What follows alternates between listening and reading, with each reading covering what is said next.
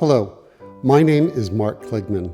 I'm a professor of ethnomusicology and musicology in the UCLA Alpert School of Music. I hold the Mickey Katz Endowed Chair in Jewish Music and direct the Lowell Milken Center for Music of American Jewish Experience. I'm really excited to share with you a presentation about what is American Jewish liturgical music.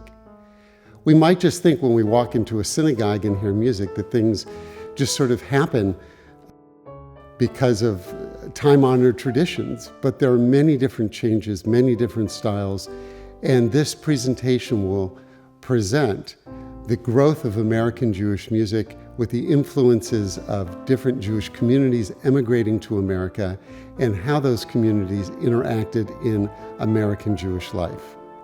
Hope you enjoy the series.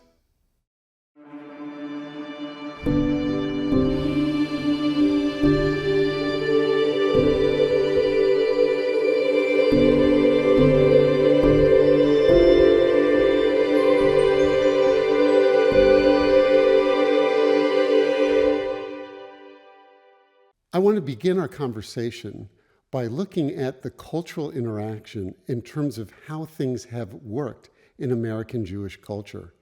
Sylvia Barak-Fishman discussed this very issue when looking at American Jewish culture, and she really talks about an aspect of coalescence, a process by which Jews are bringing traditions and also want to innovate and are affected by other things in America. And what really exists is an interesting continuum between tradition and innovation, and that process is coalescence. That's going to be a very important aspect as to how we look at American liturgical Jewish music and what happens in synagogues. To begin our conversation, we're going to look at immigration to America. There are three periods of immigration.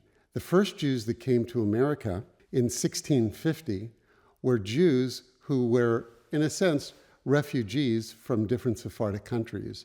The first Jews come from Recife, Brazil. Then the Sephardic Jews come from London and Amsterdam. And we'll look at their traditions as it is still practiced today. Beginning in 1820 and going to 1880, the European migration of German Jews coming to America has another interesting effect on American Jewish culture. And of course, it's music in the synagogue. The third wave is the largest, and it's the Jews that come from 1880 to 1920 who are coming from Eastern Europe. This very large migration of Jews perhaps has had the biggest impact, but we'll see how that all fits together. So I'm putting into three categories the music of the Western Sephardic experience that came to America, and second, the experience of Jews from Germany, but we're going to call that, make it synonymous with Central Europe, and then that's followed by Eastern Europe. And as you can see, there are various composers that follow these traditions, and these traditions quite quickly that were developed in Europe in the 19th century come to America. That happened really pretty fast. So we'll look at the influence of the migration of these three different groups over time and to how that impacts American Jewish culture. The Jewish population growth of America is really quite interesting when looking at migration from the 1600s or the 17th century through the 19th century. And you can see just proportionately that the number of Jews that come to America between 1880 and 1920 multiplies the number of Jews in America tenfold. What we will see in this process is how the Central European Jewish culture and the Eastern European Jewish culture comes to migrate in America, coalesces in America to what is often called Minhag America, or the American tradition. This is an idea that was developed by Rabbi Isaac Mayer Weiss. In fact, he created a prayer book called Minhag America. He was trying to coalesce the traditions to have one tradition in America. It's more of a notion and an idea than an actual reality. But that was the spirit of the time, to try and develop an American tradition.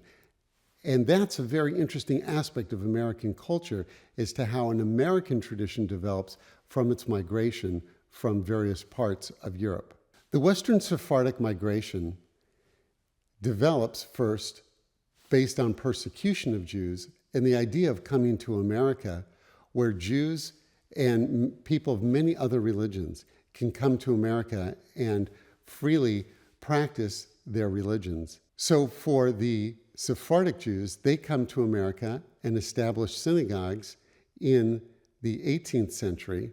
And it's really quite interesting when we think about colonial American history that there were Jews who were part of this history. The Shearith Israel Synagogue that was developed in 1654 after the first migration of Jews came to America has existed in New York in all that time. And the Jewish community that's a part of Shearith Israel has a very fascinating story, and we'll look at their music. They had 5 different locations in America, and this image here is their building on the Upper West Side, which is on Central Park West. An important contributor to Sephardic music in America is Rabbi David de Solapool.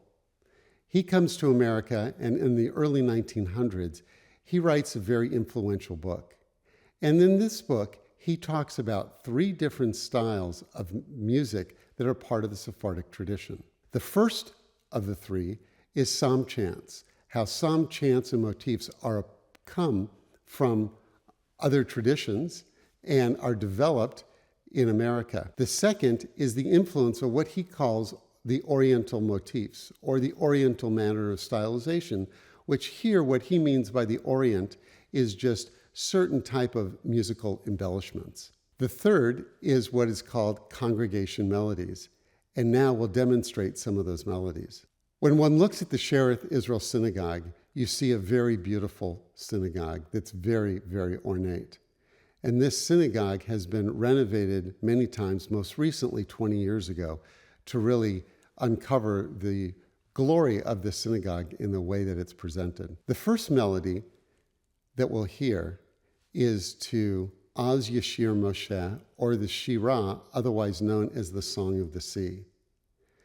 In the biblical story in Exodus, in chapter 15, after the Israelites, after the Jews, are redeemed from slavery, they come to the sea, and the sea parts. We all know this story from Passover, but the reading of this is a part of daily prayer. It's part of the daily tefillah that all Jews do. And this is an example of how this is sung on the early part of the Shabbat morning service at the Shearith Israel Synagogue, and you can hear a very interesting melody with a nice rhythm that the congregation sings along.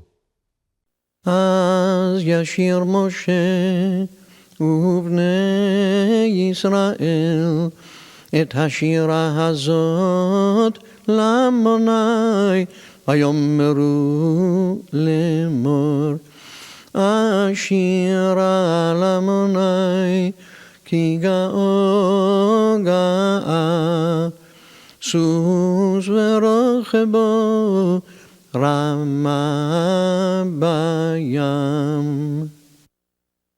Rabbi de Solapool was really committed to showing Jews in America what could be done and what is done with their congregation. And what he tries to do with his efforts and publications is to be committed to showing the glory and pride of the Sephardic Jewish tradition. And as you can see in this text, that's a part of a sermon that he gave, he felt that it was important to empower the Jews in America to really see their time-honored traditions and to keep them alive.